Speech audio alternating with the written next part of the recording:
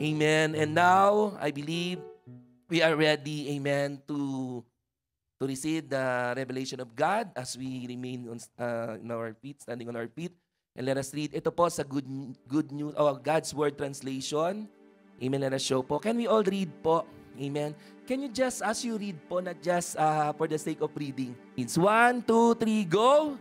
The Lord is good to those who wait for Him, to anyone who seeks help from Him. It is good to continue to hope and wait silently for the Lord to save us. Amen po. May the Lord a blessing. Sige po, basahin pa po natin ng isa pa po. The Lord, to those who wait for Him, to anyone who seeks help from Him, it is good to continue to hope and wait silently for the Lord to save us. Palapakan natin ang Panginoon po. Amen. Sige po. If we can all be seated po. Amen. Ayan. Amen. Praise God. And now, as you can see po, I just want only to show this. Ito pong verse na ito. You know, every time that I will ask the specific God's word, Lord, I want something that we can apply to our, you know, to what is happening nowadays, you know, outside or outward or internal. Amen. Yung mga challenges, mga battles. But at the end of the day, and just what we have said earlier when I asked you, is it, you know, sabi natin kanina, God is good all the time. Amen. And the Lord will continuously show His goodness to those who wait for Him. In short, to those who put their hope in the Lord will continue and show His kindness, His goodness. Amen. Most especially, will continue to seek God's help. Amen. Talagang will continually, totally depend on Him. Ang gusto ko po yung sumunod, yung verse 26. It is good to continue to hope. At yung kasunod, ang sabi po doon, sabi mo nga, wait silently. Remember, when you anchor your soul to the hope of the Lord, remember, just like what I have shared last Friday, amen? So all you need to do, just wait silently. That after you pray and sealed with faith and saying amen, you respond like this, wait silently. Amen po, for the Lord to save us. Remember not all the battles. Amen. As the Lord says, the battle's not yours, it is mine. You don't need to exert more effort. Sometimes we have to position ourselves on our faith, believing that God, amen, will save and deliver us. Remember the verse that I have shared? That God has 1,000 ways to set us free. He has 1,000 ways, amen, to save us and deliver us. And for God's glory, palapakan natin, talagang God answered our prayer. Amen, talagang yung mata ng bagyo, pinahina ng Lord for the glory of God. Talagang palapakan natin ang Panginoon. Notice, diba? We cannot even like, you know, all we need to do, just pray. And our praise sometimes rebuke that in the name of Jesus, Lord, calm the storm. Or, Lord, please, not only to remove, but, you know, somehow to move this, you know, this storm into different direction.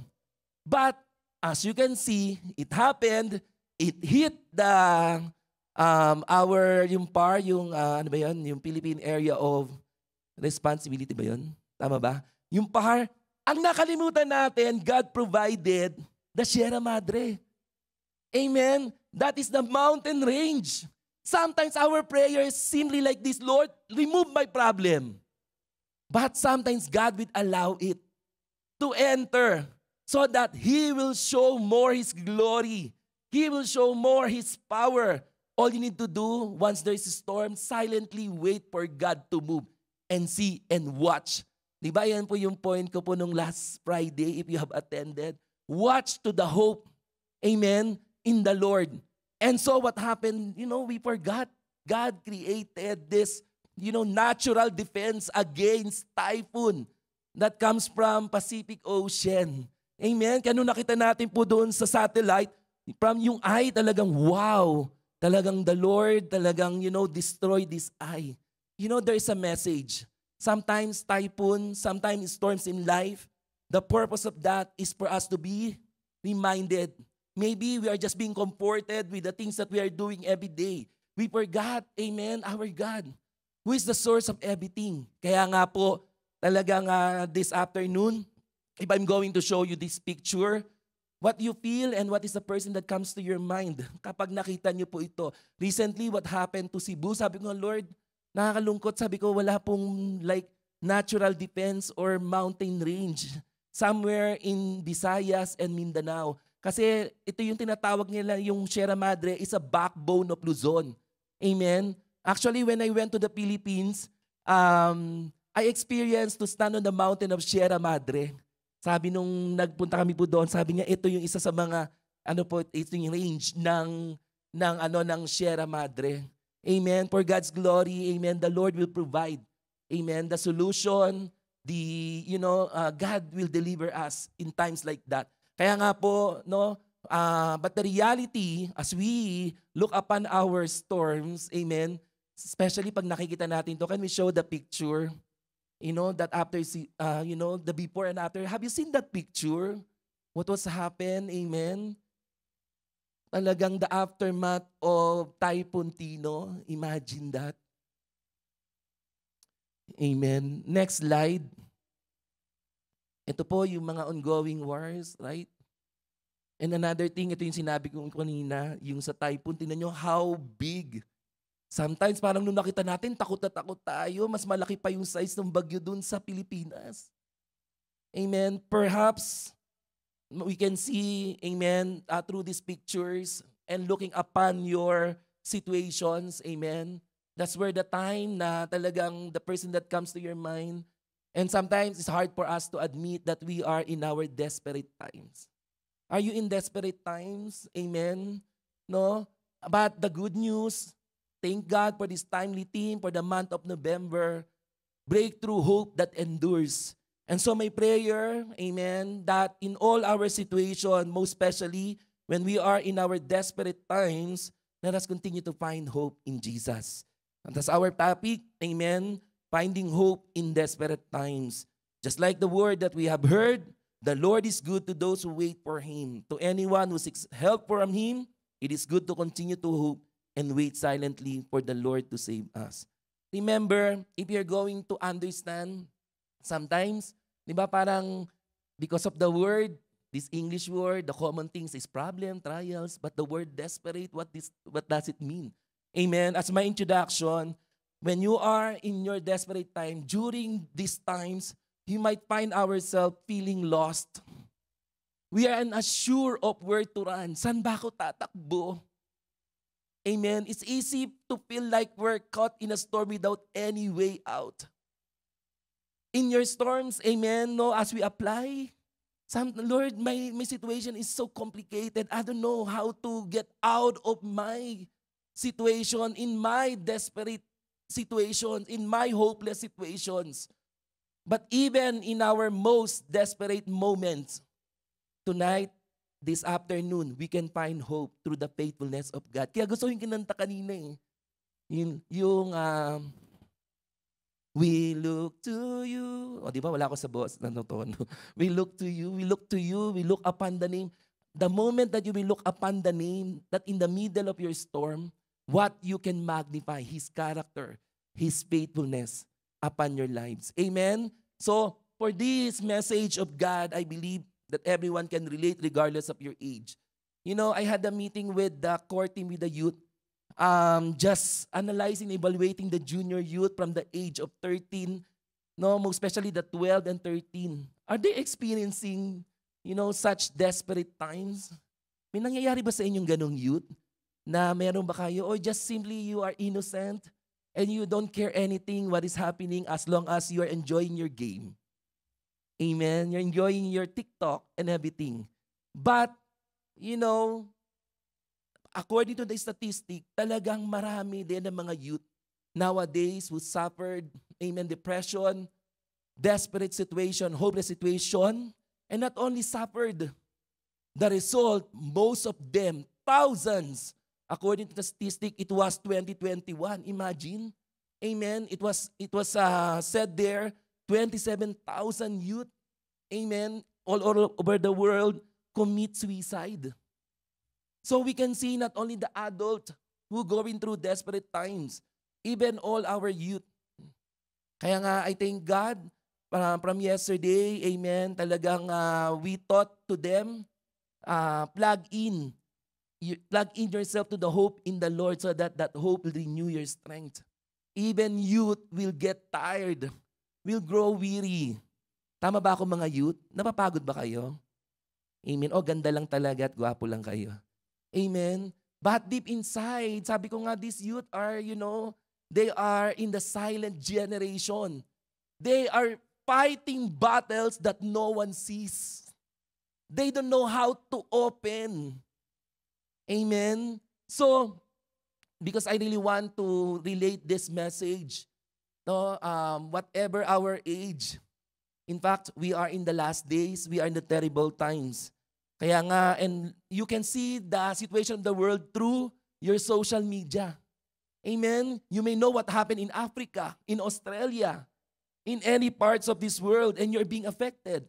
Parang when you wake up in the morning, parang, Lord, thank you. And then you start to scroll your Facebook. Suddenly, your emotions shift into happy, from happy to sad, sorrow. Amen? Naapektuhan po tayo. Actually, that is the main reasons that sometimes youth today, amen, they are in desperate times because they are being affected emotionally through social media. And recently, you know what happened? Kilala nyo naman po yung isa sa mga anak po ng sikat nating reporter. Amen. Nakakalungkot po yung ganun. But not going into that situations. Amen. So if we are continue to understand the meaning, can we show the definition? When you say desperate, feeling or showing a hopeless sense that a situation is so bad as to be impossible to deal with. Have you encountered a situation na, Lord, imposible na to? May I see the hands? Sige, maging honest po tayo. Is there anyone na because of your situation, you have experienced in a certain situation of your life, amen, you've been in that situation and you said it is impossible to deal with? May I see the hands po? Ako po, I can say that. Amen? We can see. Right? Remember, there just seems to be no shortage of hopeless situations around the world. Talagang there's no shortage. It is increasing every year, every day. That's why many people are so desperate. Amen. On the top of those bad news that are happening, even our own circumstances that are often overwhelming. No, parang too much to bear, too heavy. And that's why it's just easy for us to feel hopeless. We have, when you encounter desperate times, I want to let us open our mind with these things. Amen. Maybe you are in your desperate times right now because of the periods of intense struggles or crises. Like for example, your finances. Diba? Sometimes parang you want to declare bankruptcy. Baka meron sa ating ganun. Parang, Lord, I cannot anymore. I'm just drowning with my financial problem. To the point you're earning just to pay your debts. Amen? Parang lumulubog ka. And so, you are in desperate situation. Sometimes, when you are in the desperate situation, we are in the urgency and need for relief. Lord, di na ako makahinga. Lord, hindi ko na kaya. Amen? Pag gano'n ang mga sinasabi natin, you are in desperate times. Yung hindi ka makahinga because of your problem. Amen? You see all your challenges too big to handle alone. And when everything seems to be falling apart, especially yung dreams mo here in Canada, my dream, amen, Lord, to bring my family here. My dream, Lord, is to become permanent and to become stable here in Canada. But because of those fluctuations of programs in the immigration, Now it seems your hope is falling apart. You're overwhelmed, you're anxious, and you're uncertain about your future. So if that is the case, amen, we should admit that we are in desperate. I may not know specifically, amen, what your situation. But I think God, kung wala naman, somehow, we will understand for my next slide po, let us understand why sometimes we go through hopeless situation. Why sometimes, amen, no, as if our questions is God hears my prayer? Is God sleeping? Parang totoo ba ang Diyos? Amen? Now, the Lord brought me in this message. You have to understand the purpose that sometimes your desperate situation are allowed by God. In what way? Oh, ikaw ang source of hope, pero inaalaw mo pala ang desperate situation, parang contradicting. Let us understand more. Amen? Imagine in the Bible, not only in our time, is filled with stories of hopeless situations. Amen? And that was, yung lalo sa Old Testament, grabe po. People during those time, they have experienced so much great hopeless situation in time of Noah. Right? Actually, the disaster, after the disaster, amen, the floods, kasi they mocked God eh. They did not believe with the warning of Noah. But if you can see, wow, only the family of Noah were saved. Amen? The family of Noah Reyes. Amen. Amen. Alam mo, seryoso na kayo. Kailangan medyo may konting tayo. Amen? Imagine, how can we say that, that during those time, they are in a desperate situations? Kasi nilubog ng baha. Diba? Yung picture nga pinakita ko sa inyo sa Cebu. Right? I thank God dahil yung ating Sierra Madre, iyan talaga yung natural flood control. Amen? Comes from God. Kaya nakakalungkot, I have noticed, unti-unti nilang sinisira. Amen? The mining, lahat. Kaya talagang our world today is not getting better anymore. Why? We are living in the last days and Jesus is coming. Amen? No? He will come soon. And in time of Moses, amen, during those time when the Israelites being enslaved, amen, slavery of the Israelites, they were in the desperate situations. And so God to the rescue through the life of Moses. Amen. But not the general of Moses, not even one except Joshua, amen, and Caleb entered the promised land. Why? May purpose eh. The reason why the Lord allowed, mamaya masasabi ko po sa inyo yung purpose, and not the purpose of our desperate situation, the Lord allowed it for us to become more hopeless. Amen? To become, depressed. No.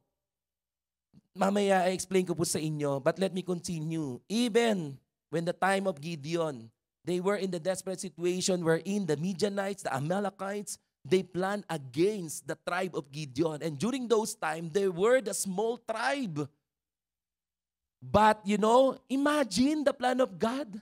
Wow, from 3,000, God turned it into 300. Sila na yung pinakamaliit, pinaliit pa. In what way? So that they will not even, amen, they will not even depend, amen, on their own strength. Na sabihin nila, dahil sa lakas namin, kami nanalo. Sometimes you thought na parang there's no solution. You have only one solution. And if you'll put that solution, amen, anchoring into your hope into the Lord, kahit nag-iisa na lang yan, your life, the Lord will turn it, upside down. The Lord will change your circumstances. Kung lubog ka ngayon sa financial problem mo, amen, there is hope in the Lord. The Lord will give you breakthrough for your finances. Amen. And in any other parts of your life. Amen. So, as we continue, kaya nga po in Acts chapter 14 verse 22, amen, even in the New Testament and even in our time. Kaya nga po, we are being encouraged. Sabi dito, they encourage them to continue in the faith. Tell to your seatmate, continue in your faith. Amen? Reminding us that we must suffer many hardship to enter the kingdom of God. And so, therefore, sometimes, anyway, sabi naman ng Lord in John 16:33, in this world you have trouble. Amen? But take heart, for Jesus overcame. Amen? In me you may have peace. In this world you will have trouble, but take heart, I have overcome the world. So please, for how many times we heard it? Amen? We hear this. But the question is, are we applying, amen, the very word of the Lord? If God is telling you, in me you have peace, so you will understand that you will suffer for a little while, amen. But remember, yung blessing, the blessed hope in our God. What is the blessed hope? That each one of us, though we may suffer, amen, many hardship, one day the Lord will wipe all those trouble. Everything will be perfect as we enter the kingdom of God. Kaya sabi mo sa katabi mo, chill. Amen? The Bible said, wait silently. Amen? Wait silently and patiently, because God is mindful of your desperate situation. Sometimes God will allow it, amen, so that it, He will turn it into your, things na makikita mo, wow, indeed God is good. Lord, thank you for allowing me to encounter these situations. Amen. Not to improve your circumstances, but to strengthen you.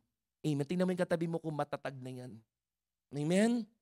And most importantly, as I continue to discuss, kasi nasa mga susunod po yung mga babanggitin ko po. Amen. So remember, experiencing many hardship is part of the journey to our final destination. Right? Let us put this in a simple explanation. There is no shortcut for success. Same as true. We need to go through testing of faith. Amen. Because our final destination is kingdom of God. His heaven. Amen. So, let us welcome. But your attitude, your response matters. Amen. When you encounter hopeless situation. Remember, desperate situation allow us. The purpose is to seek God for help. Nung nakita natin yung bagyo, pakita nga ulit natin. Amen. Yung bagyo, yung picture. Hindi pa yung yung Philippines. Amen. Di ba yan? Parang, wow, Lord, parang ayoko matulog ng gabi. Natatakot ako baka mamaya pagising ko wala na yung bubong. Di ba may napanood kayo sa Facebook, yung lumipad yung bubong, tumawa pa siya. Right? Pero talagang it will intimidate us to see that. We cannot even control that. Amen? But God allow it. The purpose is for us to seek God for help. Do you agree with me? Sino nag-pray nung nakita ito? Amen. O baka ginawa nyo, inedit nyo, ako na maglilipat, Lord, kung ayaw mo ilipat. Amen? And last Friday, we prayed. And there are so many. I have seen na they went to the seashore and pray.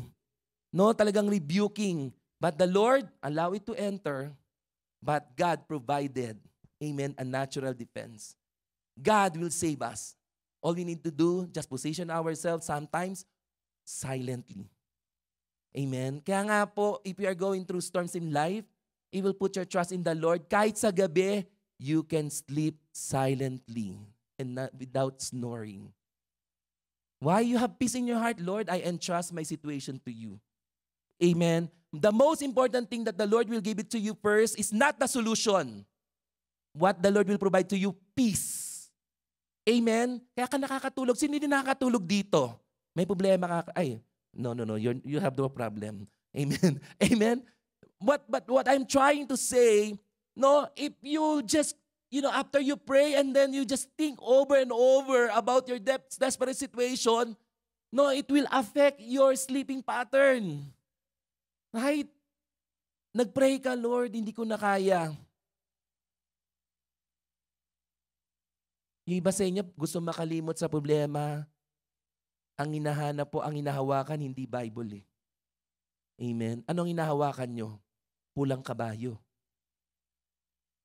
In English, red horse. Amen? No? Yun ang hinahawakan natin. Diba?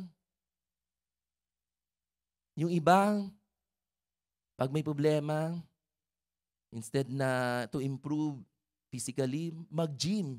Ang hinahawakan, gin. Amen? Oo. Matatalino po yung tumawa. Thank you, Lord. Amen.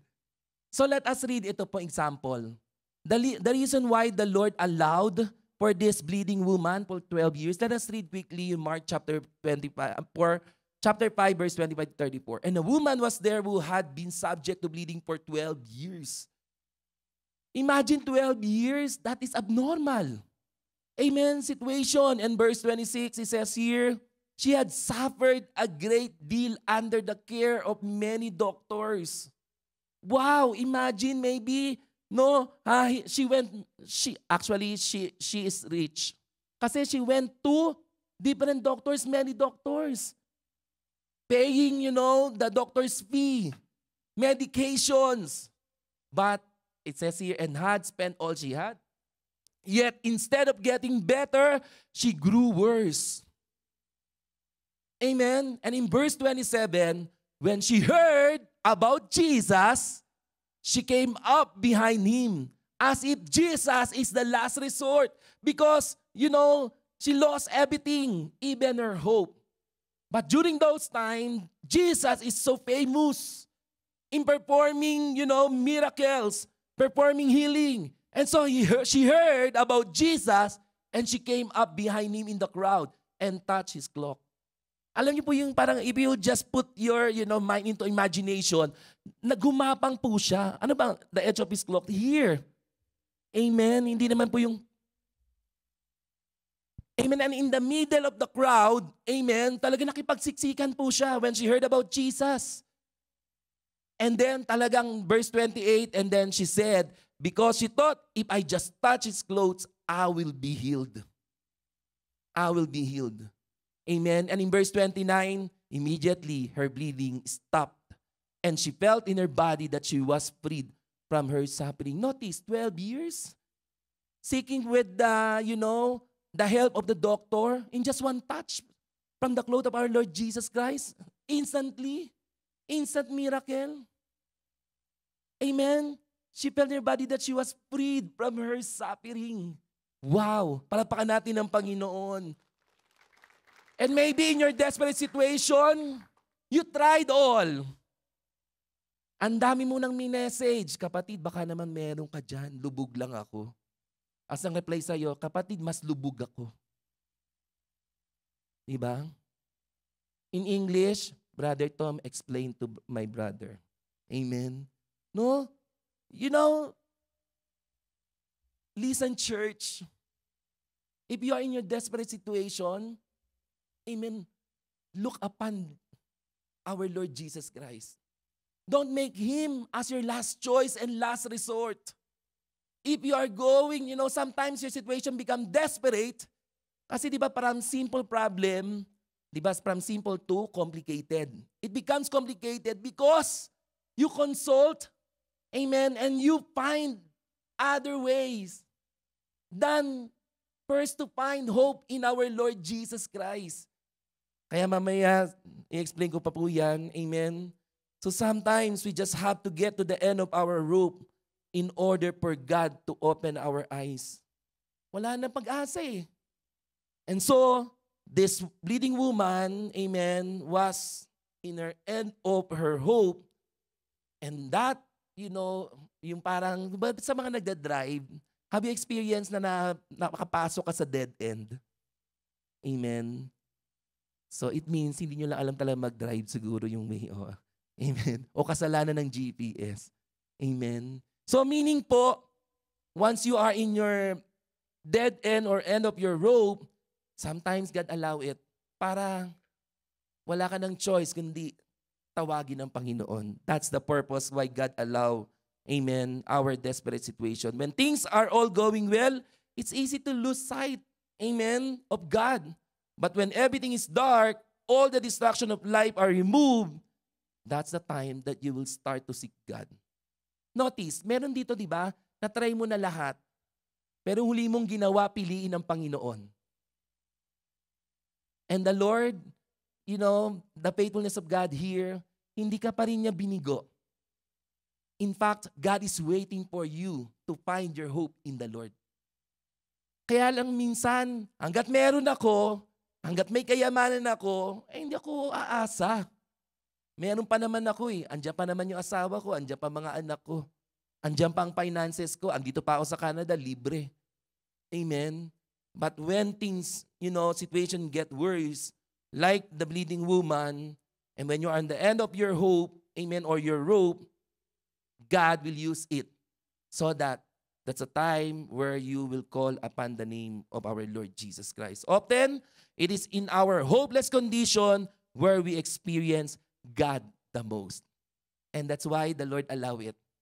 Because when you start to remove things that you can depend on, you thought that is your hope, hoping for the temporary things, and that not even, provide solution for your need. Amen? So when the Lord remove all of those, then that's a time that you will experience God the most. Kaya pag meron ka nang sa desperate situation mo, that's the time, that's opportunity of God for you to encounter Him. Nakakalungkot, walang-wala ka na hindi ka pa lumapit sa Panginoon. Kaya ang result, dedo. Wala. It means talagang, kaya ngayon may nagpapakamatay. I don't believe na ang solusyon is to take your life away through your hands, and that is the mortal sin. You violate the grace of God. You violate. Amen? Kaya nga po, for the youth, sometimes, I learned from the youth, the reason why they cut, because they did not feel any pain. But that is the deception of the enemy. Amen? If you will keep doing it, you're starting to, putting your life into risk. And that is not the solution. Youth, your body is a temple of God. All you need to do, just seek God every day. Even the youth who may grow weary and tired, if you are hopeless in desperate situation, call upon the name of Jesus. There is a solution. And the ultimate solution is our Lord Jesus Christ. Palapahan po natin ang Panginoon. Amen. And God actually, amen, in Psalms 18 verse 6, it says here, in your desperate situation, like the psalmist in their distress, in Psalms 18 verse 6 in NLT, sabi dito, but in my distress, I cried out to the Lord. Yes, I prayed to my God for help. He heard me from His sanctuary. My cry to Him reached His ears. What does it mean? The moment that you will come to the Lord, He will listen to you.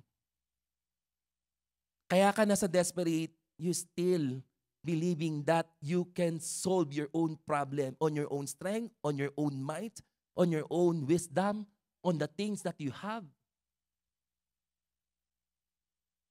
At pag wala na po yung mga yon, let me tell you this. I hope na maintindihan mo the reason why you are there, because there's someone waiting for you, and that is our Lord Jesus Christ. And once you come to our Lord Jesus Christ, amen, not only He will give His ears to you, He will stretch forth His hands to change your circumstances. Palapahan po natin ang Panginoon. Hallelujah. Amen. And sometimes in the midst of our crisis, remember, as we always hear this, hope is available. Hope will stand out even more. Katulad ng topic ni Pastor Andy kanina, hope matters. When, ano yung sabi doon sa topic niya? When all else fails. Kaya nga po yung team natin, breakthrough hope that endures. Amen. In your desperate situation, kala mo wala ng hope, but hope in the Lord will stand out even more. Imagine, sige, continue nating basahin po yung verse ng the bleeding woman. In verse 28 yata, tignan po natin. Continue hanggang 34. Tingnan niyo po, when the hope endures, hope, amen, stand out. Verse 29, tingnan natin. 29, 30 yata, tingnan natin. Okay, verse 30. At once, Jesus realized that power had gone out from him. He turned around in the crowd and asked, "Who touched my clothes?" Jesus is all-knowing God. Do you think he didn't know who touched his clothes? Amen. He knew it. The reason why Jesus was asking, in fact, amen, his disciples says here, amen, next slide, next verse, you see, sabi ng mga disciple of Jesus Christ, you see the people crowding against you, his disciple answered, and yet you can ask who touched me? Ang daming tao. Amen. And in verse 32, but Jesus kept looking around to see who had done it. She knew it. Why? So that the purpose, that hope in the Lord, hope in Jesus will stand out. Para makita ng lahat na ang kagalingan niya nanggaling sa pag-asa sa Panginoon, hindi sa mga doktor. Kaya kung sino man po dito, you are diagnosed with cancer. Amen. The doctor will tell you, amen, giving you a certain time. Just continue to hope in the Lord. Just one touch from the Lord. You will also experience His miraculous healing in Jesus' name. Claim po natin po yan. Amen! Palapaan po natin ang Panginoon. And in verse 33, it says here, then the woman, knowing what had happened to her, came and fell at his feet and trembling with fear, told him the whole truth. Alam ng Lord po yun. So that in our healing, in our deliverance, amen, in all our answered prayer, don't forget to testify. So that the other people who are in the desperate situation will also know about the hope that we have received in the Lord. Ang purpose para hanapin yung mga gumaling para mag-stand out ang hope in Jesus and not in other things. Amen? Kapag may nag-testify, Lord, thank you, wala na akong pag-asa, but because of this person who testified about this healing or a healing, because they hope in you, now I know what to do. That Jesus will not be the last resort and not last choice. Kaya po tayo, youth, amen, the solution is not, by cutting your hand, by hiding yourself. Pasok ko daw ulit po ito and then make yourself emotional. Inside of your room, hiding and then, hiding yourself in the blanket. Gusto mo madilim. That is the signs that you are depressed. But remind yourself today that you are hearing God's word. May pag-asa sa ating Panginoon. Amen? Saan ba kayo nabibigo? Pag hindi na kayo mahal ng crush ninyo? Hindi kayo crush ng crush nyo? Amen? That's why your world is crushing. Right? Ako nga, ang daming dumaan sa akin. Dumaan lang. Amen. Amen. What does it mean? Amen. God is teaching us that in everything, amen, in our crisis, when everything else fails, there is still hope that is available, hope that is, hope in the Lord endures. And when we are desperate, hope can seem lost, but it is in these moments we can experience God's power and presence. And just like some of the youth experienced depression, even Elijah, the prophet, alam niyo prophet na yun na-depressed pa. And he said to the Lord in his prayer, amen, in the First Kings chapter 19, sabi niya, Lord, I have had enough. Ano ibig sabihin nun? Lord, ayoko na. I have had enough. Di ba? Pag sa Tagalog, Lord, suko na ako. Pero dahil nasa Canada ka na, nag-i-English ka na, Lord, I have had enough. Wow, social ka na mag-pray. English. Amen. But, kidding aside, this is a serious prayer after Elijah witnessed God's power, and yet because of the threat of Jezebel, he fled to Horeb and hide himself in the cave and prayed to God. Sabi niya, Lord, kunin mo na. I wanna die. I wanna die. But those times, again, just what I am saying, when hope can seem lost, but it is in these moments we can experience God's power and presence. In verse 11, basahin nga natin yung 11.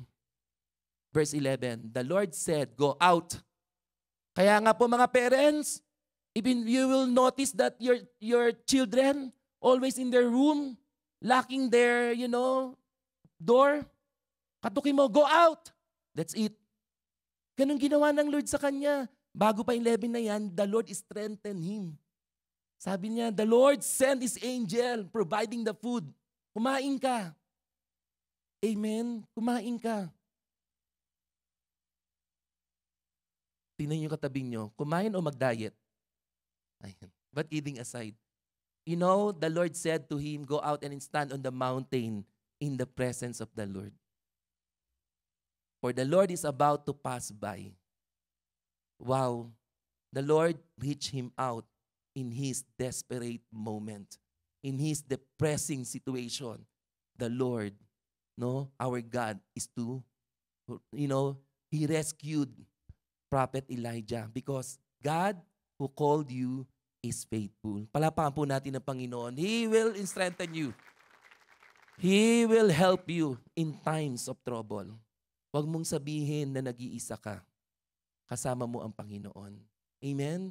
So my prayer really in this team, Breakthrough Hope, talagang the Lord will break us from any so much anxiety, uncertainties, doubt, fears. Nawa hindi na iyon that we will not be overwhelmed with those things. But now, because of the Breakthrough Hope, you will continue your life for Jesus. Amen? Every day, nakangiti ka. Amen? Nakangiti ka. Every day, you are also become a blessing to others because they will magnify not your problem, but, they will see you as an encouragement. Because the Lord, amen, continuously, for number 2, using that desperate situation just to strengthen your faith. And that is the purpose why we are in desperate situation. In 1 Peter 1:6-7, so be truly God, there is wonderful joy ahead. Kaya nga po, when you have the hope of the Lord, you will be joyful every day. Talagang when you are living, I remember when Sister Jubel testified to me, Kuya, I had now a new job. Monday to Friday, morning, right? Morning schedule. No more evening. Sabi ko, pag-answered prayer ka na ba? Is your hope completed na? No. Parang siya yung parang everyday you're hoping. Hindi po pwedeng sabihin tapos na ang hope mo. Amen? So hope is, you should live every day with hope. Right?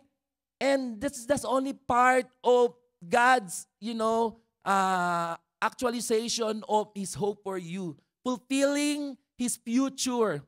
Amen? The future that He has planned for you. Kung ano yung magagandang bagay na nangyayari sa iyo, hindi pa rin tapos yung hope.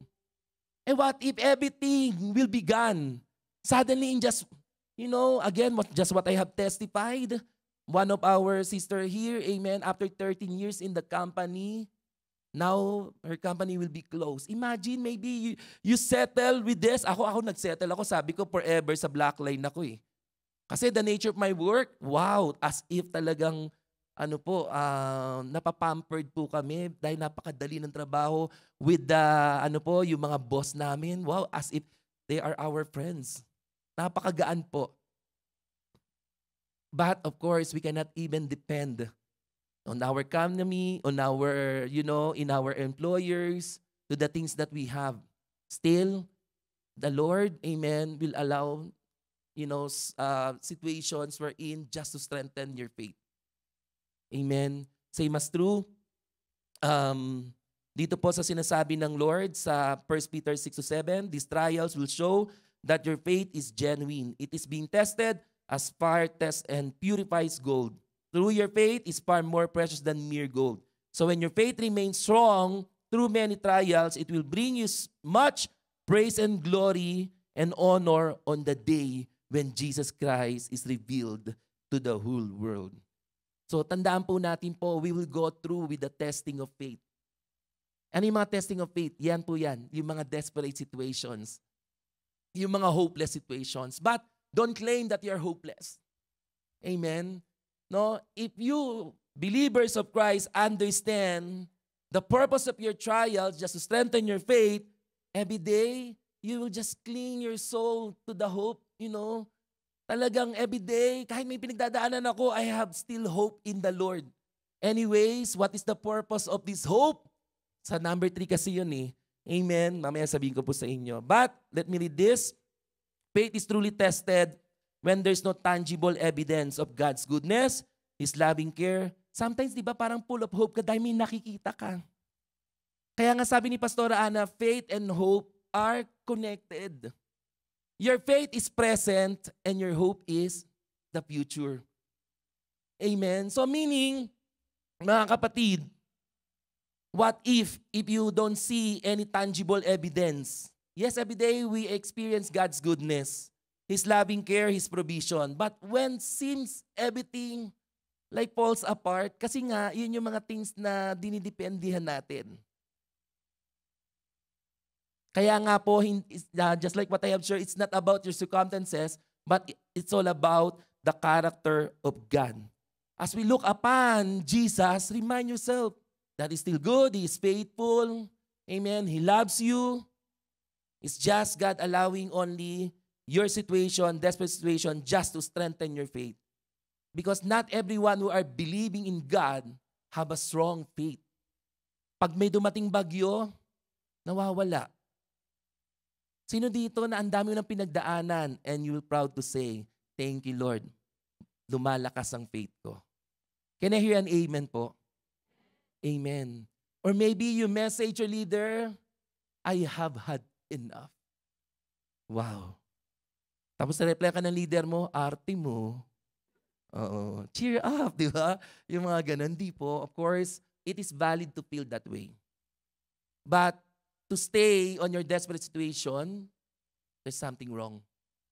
You have to do something. Just keep on believing. Let your faith, be active every day. Pray to God to elevate your faith. In what way? Just ponder, just read God's word, and also learn from those people who went through testing of faith. Saan po yun? Basahin niyo po yung Hebrews 11. Diba yung mga testing of faith? Diba si Abraham dumaan? So every one of us, believers of Christ, you will go through with the testing of faith. Amen? And when you went through the fire, through your faith is far more precious than mere gold. Parang pagtapos mo mapagtagumpayan, after you experience breakthrough in your desperate situation, and then you will came out as gold. Sabi mo sa katabi mo, tested as gold. Amen? Talagang, wow, you are the person who will be the source of encouragement, a person to be inspired of by other people. Na may kilala akong tao, grabe na yung pinagdadaanan nito, pero bakit hindi siya na-shaken? Like Job. Amen? Like Job. That's the example that I put here. Job testing of faith leave us an amazing example. Notice, he lost everything. If you're going, who may have read the entire book of Job? May I see your hands, please? Yan, thank God. For those, you will be inspired about the testing of faith ni Job. Amen? No, wherein he lost everything, his family, wealth, health, yet he chose to trust God. In fact, his friends question his faith. Kaya nga be careful in the desperate situation, you have to surround yourself katulad ng one of our points, amen, yesterday sa amin pong sa ating powerhouse. Plug in yourself with the hope-filled people. Kailangan, pag may pinagdadaanan ka na, dapat you must be surrounded with the people who will, inspire you, with the word of the Lord. These are the people who have hope-filled people. The problem, Job, actually, amen, no, he has friends.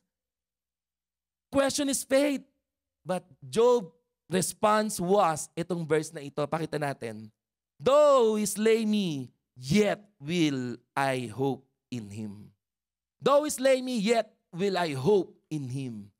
I will surely defend my ways to his face. Right? So, hindi lahat ganun kalakas ang faith. Kaya nga be thankful that you have your life group. Pag may life group ka, that's where you're gonna, encourage one another. And be open. And that is our, upcoming plan for the youth. Talagang all the youth that we will teach them on how to be open. Sometimes they are so shy to be open to their parents. But of course, we really want them to know the importance of, opening their heart. Dapat po may initiative din ng mga parents. Sino mga parents dito that you always, asking them, how are you doing? Pag sumagot lang naman sila, I'm doing fine. Wag po lang doon. Nasanay lang silang sabihin, I'm doing fine. Amen? Pero pag nagbago, I'm okay. Pareho lang naman siguro yun. Diba? At tulad po nito, I pray na hindi lang po, amen, tayo that we can question God.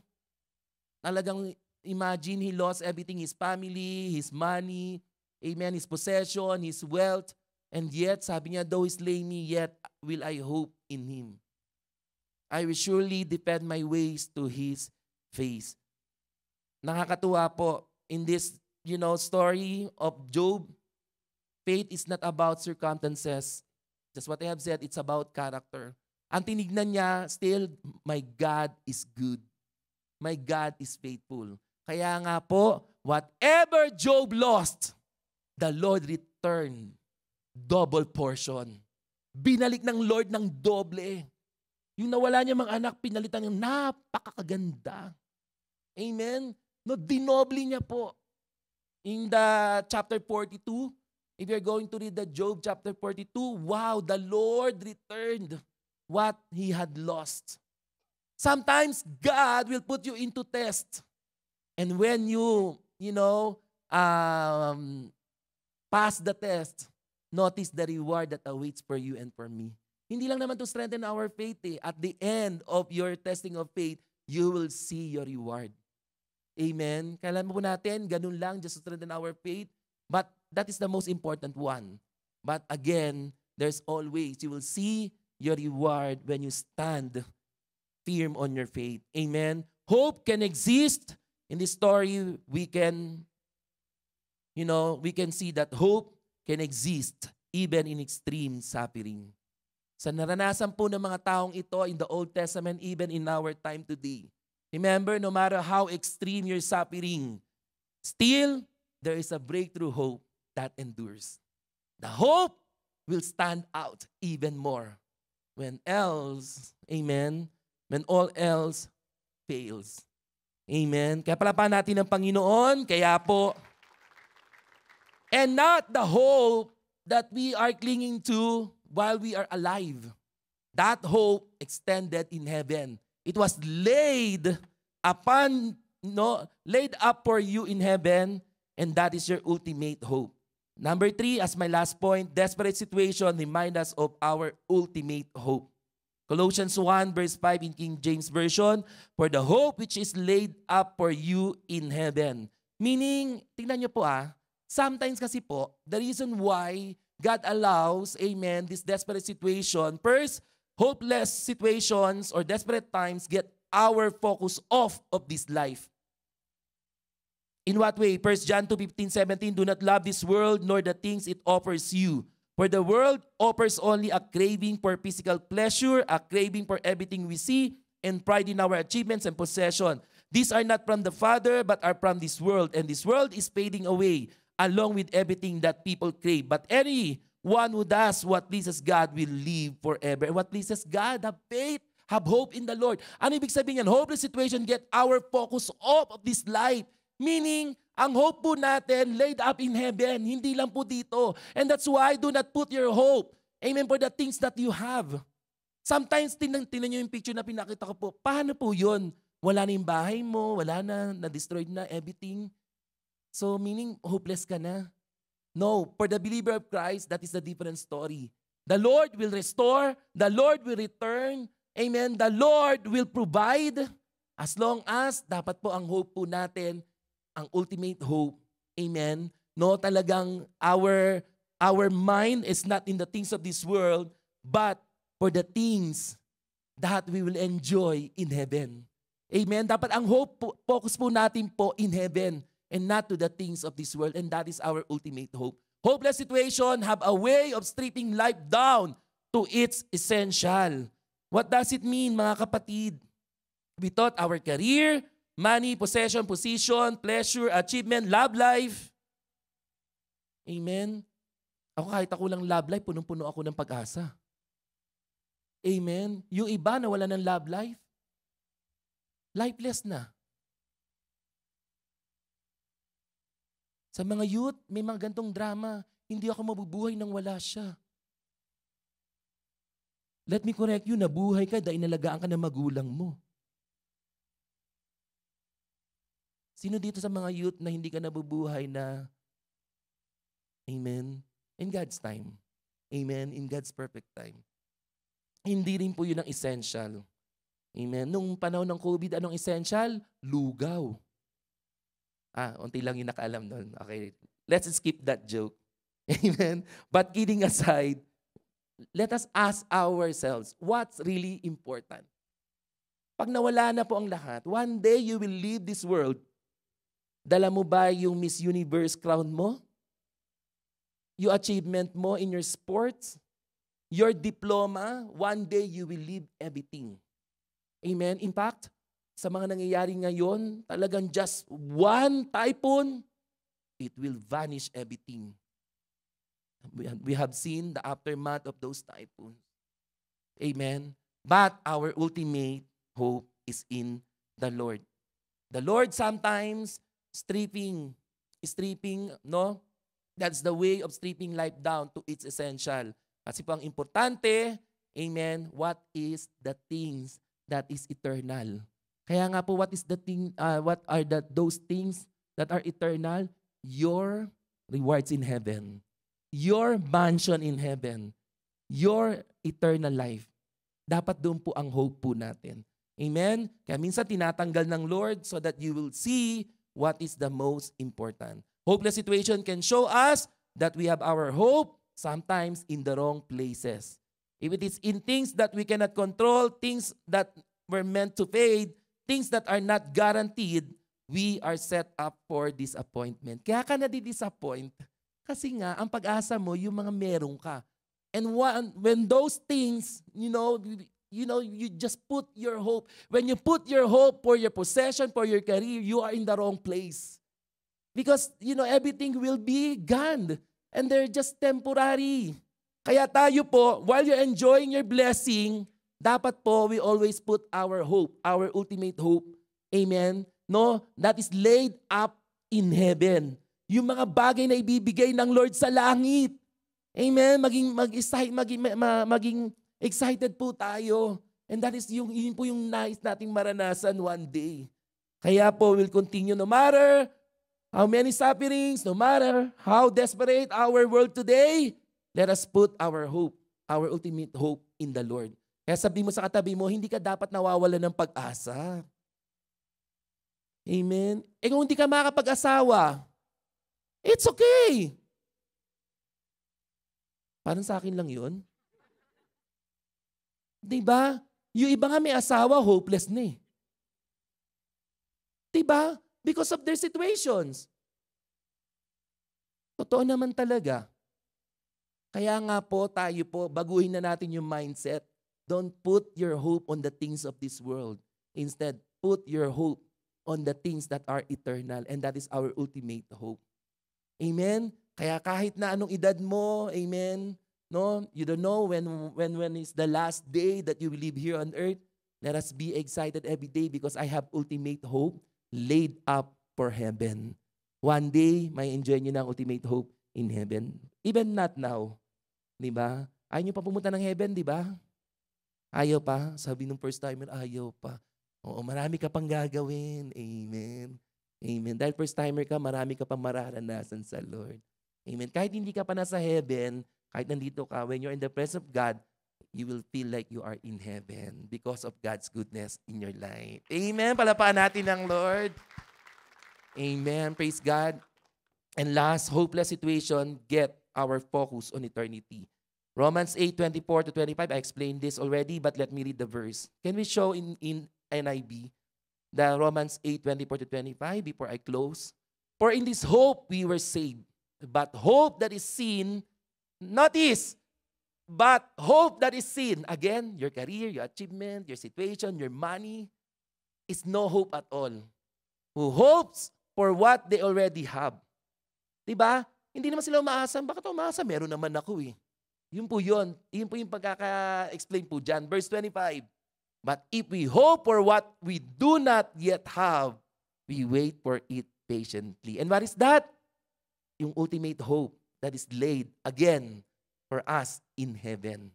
Amen? Dapat andoon po ang attention po natin. It will, shift our focus from the temporal things to eternal things. Amen? Kaya po tayo po, let us continuously wait.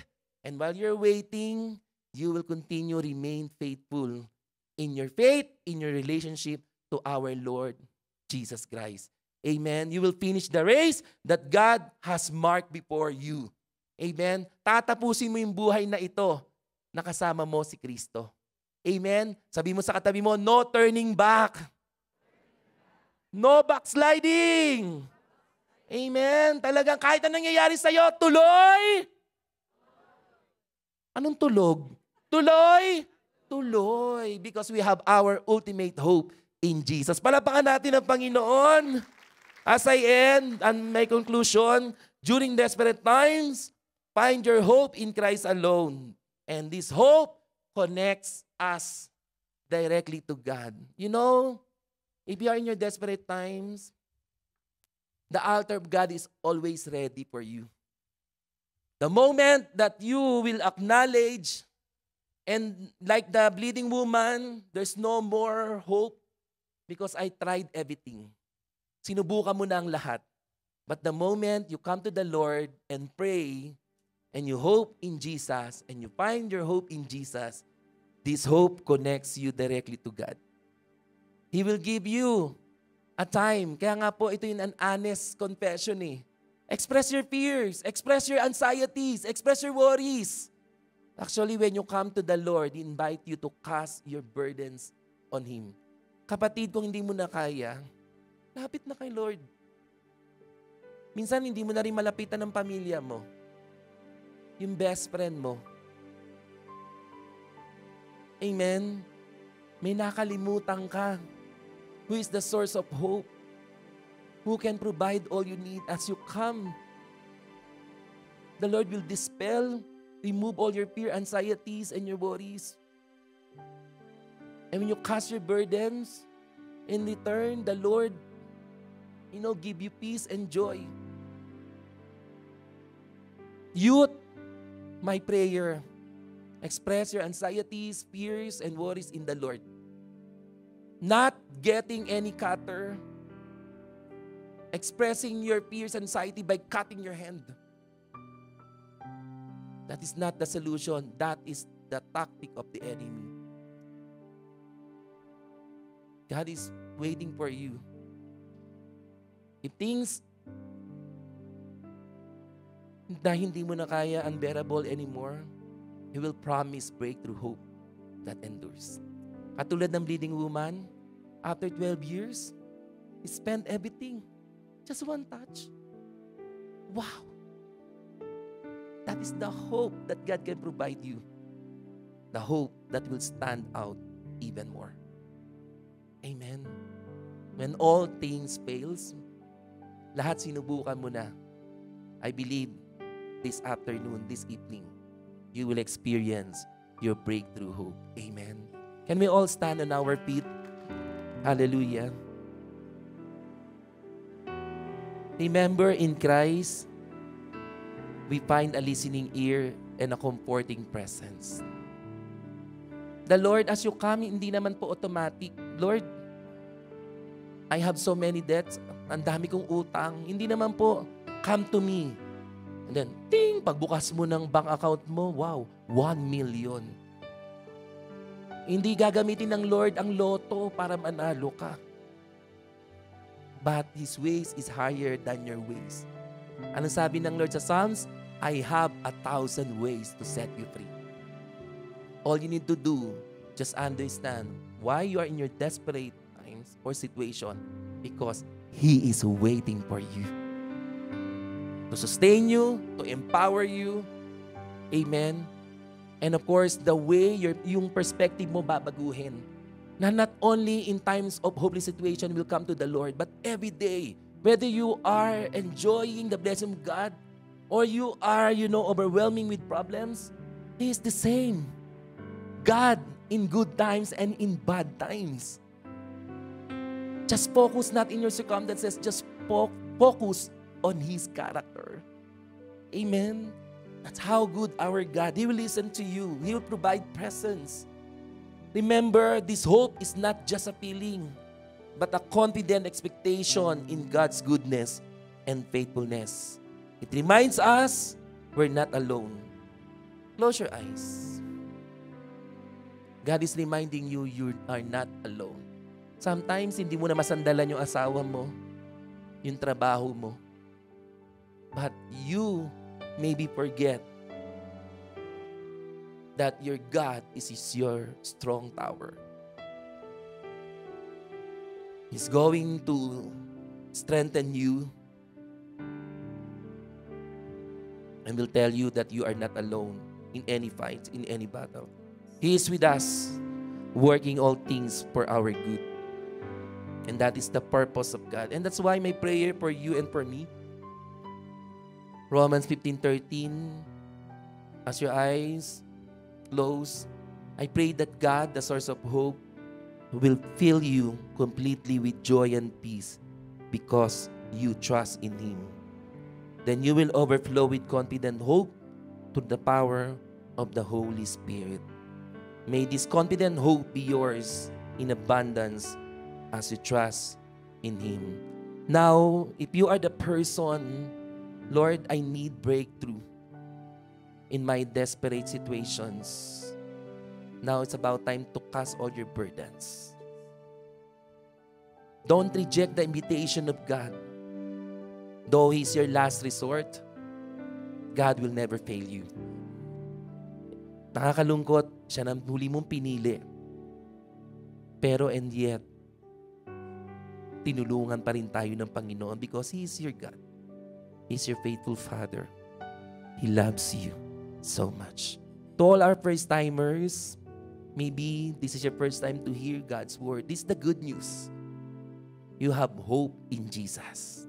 When He died on the cross for you and for me, He rose again, signifying the message of His resurrection, yung muling pagkabuhay niya, meaning you can live with a living hope in Jesus.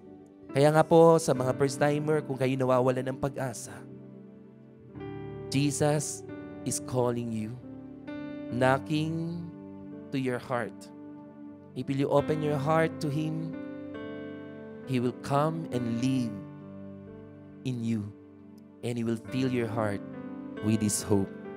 And that hope will never fail you.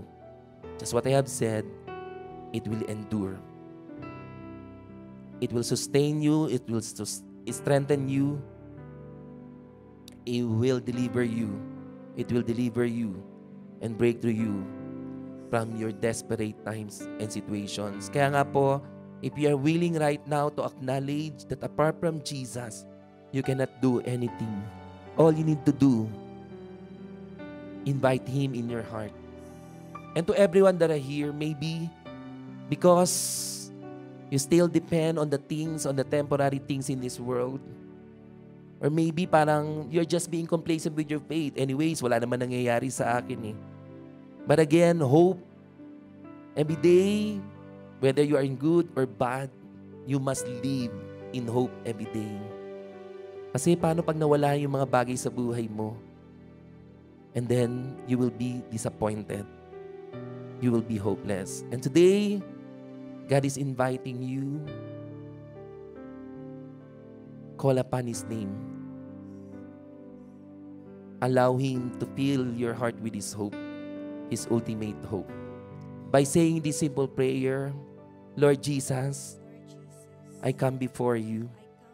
I acknowledge that everything comes from you. Lord, apart from you, I cannot do anything.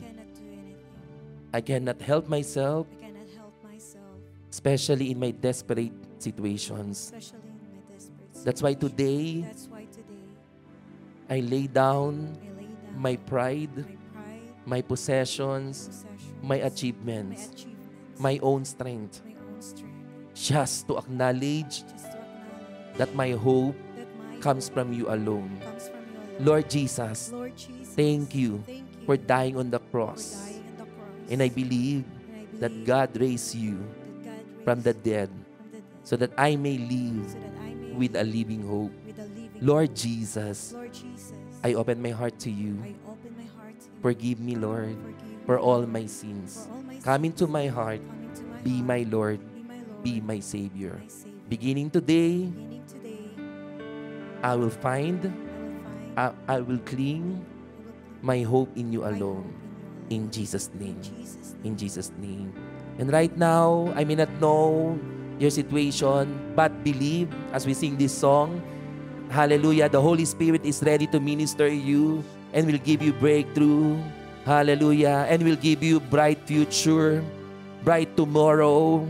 Hallelujah. Even when you are not understanding your situation, when you see your situation that it seems impossible, this is the breakthrough that we have in the Lord. Breakthrough hope that endures. All you need to just welcome the Holy Spirit to break through you.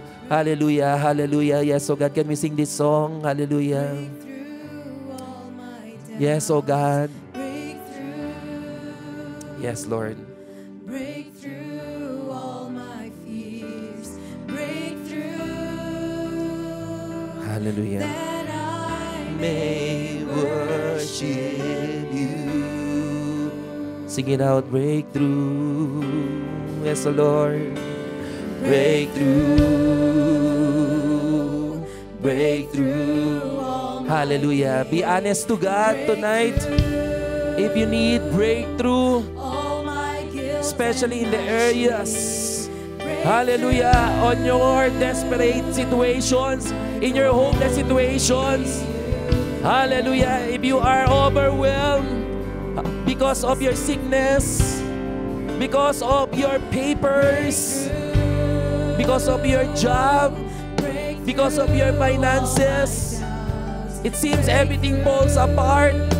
Kaya nga po, you are in your desperate situation. God is faithful tonight. He is going to release the spirit of breakthrough.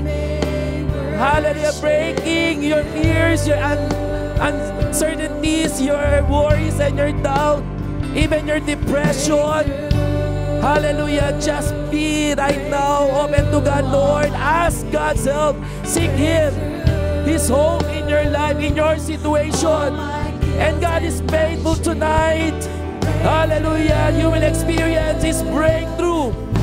And He will feel His hope in your heart in the name of Jesus. Thank you, Lord.